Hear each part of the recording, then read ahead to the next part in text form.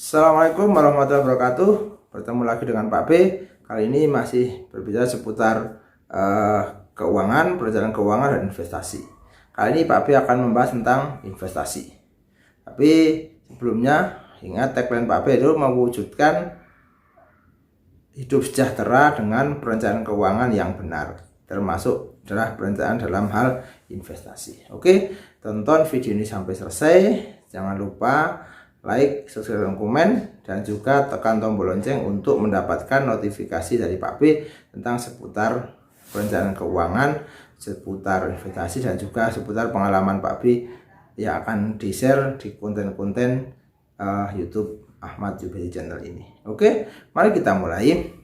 Manfaat investasi sejak muda. Jadi kenapa harus investasi? Jadi ini adalah banyak anak-anak muda yang memang tidak care dengan investasi karena masih muda, jadi masih ingin menikmati kehidupan masa mudanya, dan juga agar apa, tetap saya akan menikmati masa mudanya.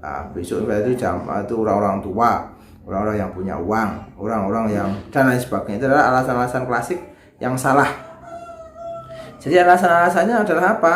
Manfaat investasi sejak muda yang pertama adalah punya dana cadangan.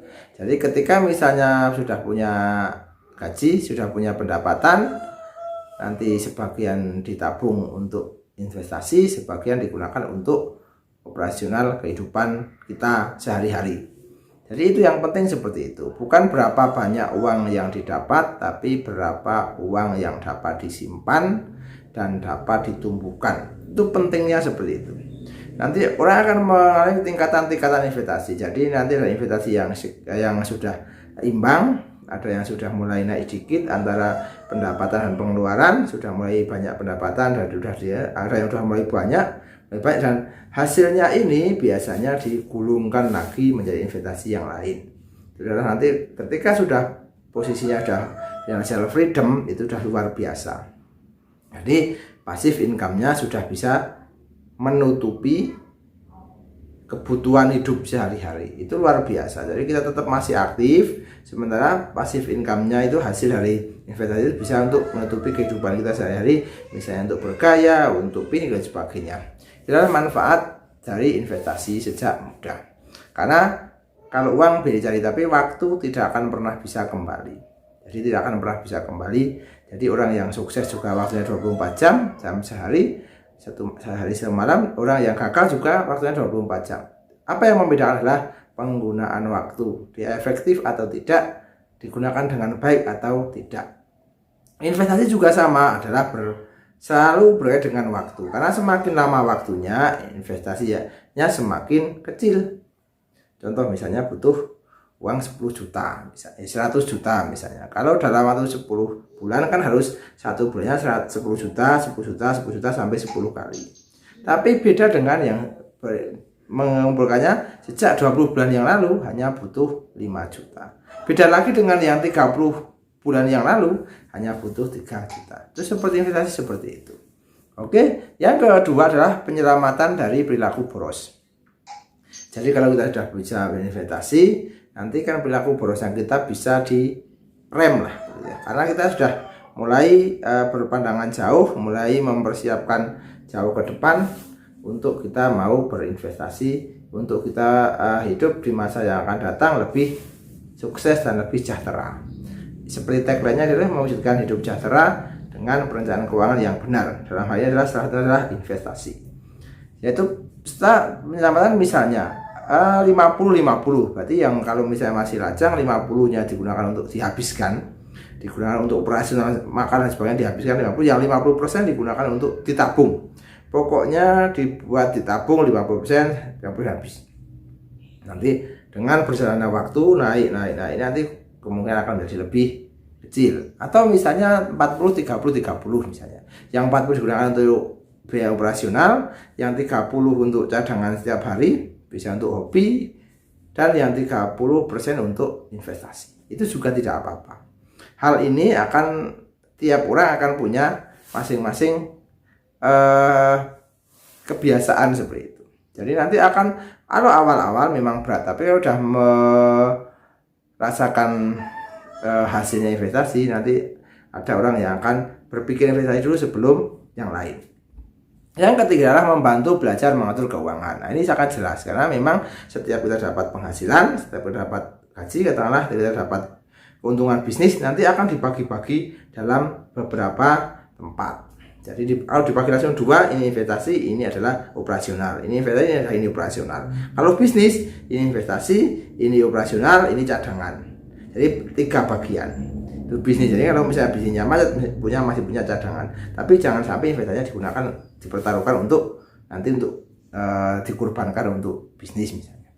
Yang keempat adalah mampu mengatur skala prioritas. Ini yang penting. Jadi boleh beli apa-apa tapi dengan skala prioritas. Tapi sudah pernah di konten yang lain, yaitu kalau mau beli apa-apa itu ingat, lihat barangnya dulu, kebutuhannya seperti apa, prioritas seperti apa, 24 jam dipikir. Kalau memang masih itu memang dibutuhkan, silahkan dibeli. Kalau itu bukan kebutuhan yang betul-betul mendesak, tapi kalau kebutuhan pokok tidak usah berpikir lama-lama. Jadi hal yang seperti yang perlu kita wajib mengetahui. Jadi kita bisa mengatur skala prioritas. Itu mulai dari kecil maupun besar sama saja. Tidak peduli itu gajinya berapa, pendapatannya berapa, yang penting adalah skala prioritas, mengatur keuangan dengan benar.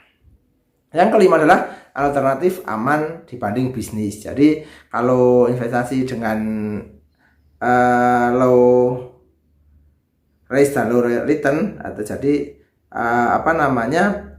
resikonya kecil tapi juga returnnya juga tidak begitu banyak, apa-apa, tapi jangka panjangnya pasti banyak. Contoh misalnya investasi real emas, itu kan sangat aman sekali sih, tapi dalam tidak begitu meledak naik sekali, tidak, tapi aman dalam jangka panjang. Kita investasi tanah juga sama, investasi tanah itu aman tapi tidak begitu meledak, tapi dalam jangka panjang pasti akan naik berlipat. Apalagi nanti ada pengembangan daerah di mana daerah tersebut akan menjadi maju atau menjadi fasilitas umum yang akan dihuni banyak orang, itu pasti akan berlipat-lipat. Nah, Pak B sudah merasakan hasil seperti itu. Jadi dulu beli berapa, sekarang harga pasarannya berapa, secara portofolionya itu harganya berapa, ketika dijual sekarang harganya berapa. Tapi ingat, investasi itu adalah untuk jangka panjang. Kalau jangka pendek itu namanya trader misalnya, trading, jual beli begitu. Yang keenam adalah jadi makin mandiri secara finansial. Ya, jelas lah, karena sudah terus-menerus masalah, misalnya kita sudah mulai bekerja, setelah 5 tahun kita sudah punya tabungan berapa, investasi berapa, setelah 10 tahun punya uang berapa, tabungan berapa, pasti jauh lebih mandiri daripada orang yang tidak pernah berpikir sampai level seperti itu. Ingatlah, menahan untuk kesenangan hari ini untuk kesenangan yang akan datang. Jangan dibalik, mengambil kesenangan yang akan datang dimanfaatkan hari ini, jangan, karena itu adalah hutang. Nah, jadi hanya beda persepsi dan beda waktunya saja. Sama-sama menikmati masa ini dan masa yang akan datang. Yang ke-7 adalah membantu menyiapkan masa depan lebih baik. Nah, jadi setelah nanti mandiri secara finansial, mandiri itu sudah punya dana cadangan, sudah tidak berlaku boros, apa-apa dipikirkan, terus belajar mengatur keuangan, mengatur skala prioritas. Terus itu alternatif dari bisnis. Kalau kita misalnya bekerja di perusahaan kan, untuk bisnis kan mungkin nggak bisa kalau kita nggak punya partner atau kita usaha sampingan. Kalau kantornya kantor yang jauh kan nggak mungkin kita sampingan di situ, kecuali misalnya sampingannya itu yang bisa disambi di pekerjaannya. Misalnya kita jualan online kan hanya butuh data, butuh HP, mungkin laptop, dan juga butuh jasa pengiriman saja. Tapi kalau yang realnya misalnya bisnis pertanian, perkebunan sebagainya, harus terjun langsung, jadi nggak bisa. Jadi membantu menyiapkan masa depan lebih baik.